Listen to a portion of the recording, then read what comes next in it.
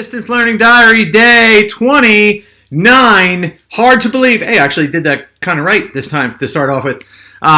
Eventually, I'm going to get it right.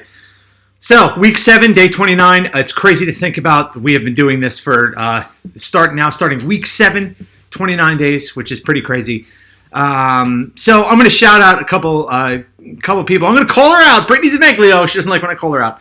But my buddy on Facebook and in real life posted some stuff about her having a little bit of difficulty with her schedule.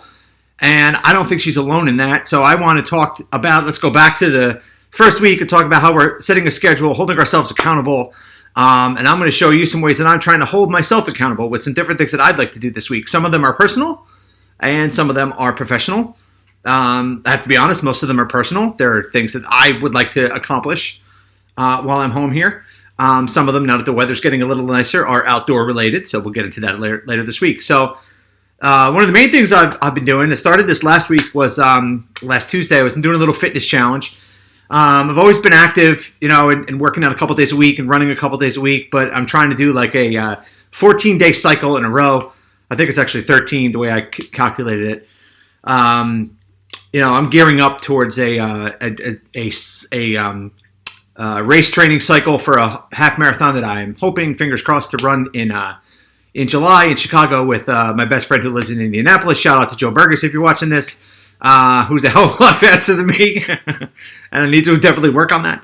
But I just want to challenge myself. I work out at a gym called F45. I started doing that a couple months ago, and now with things being closed down, they do virtual workouts. So I try to do those a couple days a week, keep myself to a schedule. And also I'm trying to run a couple days a week, keep my mileage up and get myself ready for a training cycle for the half marathon for this summer. So, what I'd like you to do is to comment, throughout the week, how are you holding yourself accountable? What are some things that you are doing? And I think sometimes when we put it out in the universe, it makes us a little bit more accountable, because then we know that other people know that we're doing something. So I'm also going to highlight in the video each day when I do my workout. I'll show you my report. It's going to look something like this. It's probably flying across the screen at this point. Whether it be my daily mileage or how long I worked out for, trying to do it during lunchtime, work out during lunch, keep my day moving. So that's the key. How are you holding yourself accountable? And let's continue to do great work out there for our students, but also for ourselves. We've got to put ourselves first. Can't fly the plane if you don't take care of the pilot. So it's very important for us to keep that in mind as we roll through every day and get ourselves deep into week 7.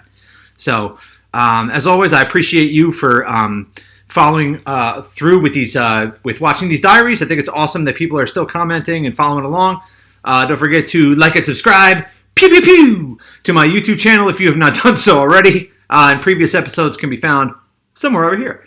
Okay, have a great week, and I will see you tomorrow. How are you holding yourself accountable?